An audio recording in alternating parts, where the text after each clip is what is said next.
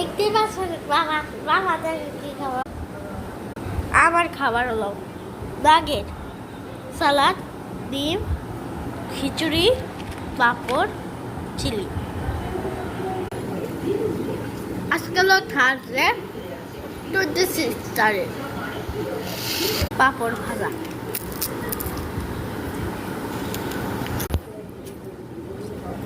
Onion কারা কারা onion খেতে ভালোবাসো মানে বলুন জানো তো।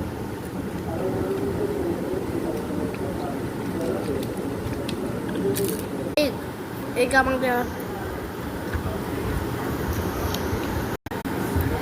নাগেট খুবই টেস্টি। দেখেন খাবার